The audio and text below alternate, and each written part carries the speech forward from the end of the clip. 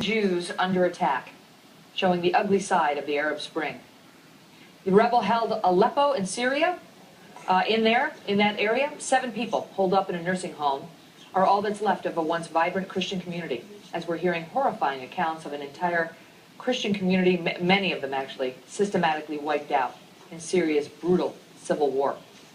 Joining me now to discuss, John Bolton, former ambassador to the United Nations and a Fox News contributor, and Ralph Peters, a Fox News strategic analyst who just wrote an eye-opening column on what he sees as the, quote, accepted wide-scale genocide of Christians and Jews in the 2 years following the start of the Arab Spring. Gentlemen, welcome to you both. Ralph, let me just ask you about that first, because we've had a lot of folks come on the program and say things are no better under Morsi in Egypt, for example, than they were under Mubarak. But they're no worse either. That this targeting of Christians that we've seen in Egypt and other places in the wake of the Arab Spring has been going on for a long time, even prior to the Arab Spring. Well, I think you'd have to ask the Coptic Christians in Egypt. They certainly don't feel like they're better off. There's been much more violence towards them. But throughout the region, the long-term persecution, driving out the Jews and Christians who inhabited this region, for the case of Christians, 2,000 years, Megan. For the Jews, 3,000 years. They have been systematically murdered or driven out by radical Muslims for a long time. But in the last decade, it has really, really accelerated. The number of Christians in Iraq has fallen by 2/3. Bethlehem, the birthplace of Christianity, the population's flipped. It's now over 80% Muslim, with Christians fleeing virtually every day. It's much worse for Christians today, and as you pointed about it, speaking about Aleppo, the very insurgents that our government is thinking about supporting are the ones killing Christians in Syria. Ambassador Bolton, why? Why is it that we're seeing the numbers shift so dramatically? I mean, have been over the past decades, but are continuing to now.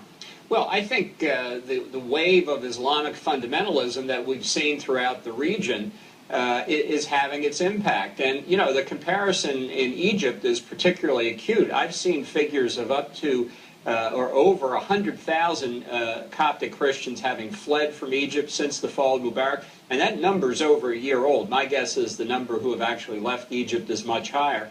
And the difference from the Mubarak era could not be more clear. When Mubarak was president, one of the most senior diplomats in Egypt was Boutros Ghali, who Mubarak pushed for and ultimately got accepted as UN Secretary General, a Coptic Christian. That isn't very likely to happen these days. Ralph, you say in your piece that we are witnesses to murder and our governments are accomplices.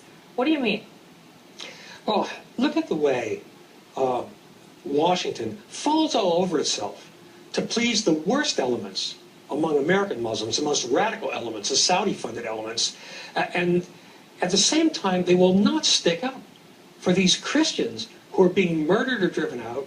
Most of the Jews have already been driven out, and it's a terrible double standard where, the same rules should apply to everybody. Muslims, Christians, Jews should all be treated fairly, and when one religious group, I don't care who it is slaughtering the others, it's time to call a timeout on them. And oh, by the way, every time the American establishment media chastises Israel and says, well, they've got to give back Palestinian land. Remember, the Arabs have stolen land that the Jews inhabited for 3,000 years. Where is the equity in that?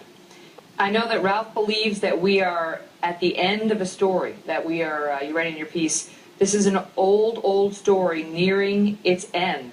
And you don't like the way the end looks. Ambassador Bolton, how do you like the way the ending is looking? Well, I agree. It's certainly not looking good. Look, these Christian communities in Egypt, throughout the Middle East, are ancient. Their traditions go back a long way. They haven't been large for many, many years, but they are being systematically ground down in this conflict. And this is a manifestation of the religious nature of the conflict. It's not about economics or deprivation. People don't become radical Islamicists because they were born poor. It's a form of religious fanaticism, and that typically means wiping out your opposition. I think that's one reason people are worried that if the opposition prevails in Syria over the Assad regime, there's going to be a bloodbath, especially against the Christians, but also the Druze and the Alawite supporters of Assad. It's very, very worrisome.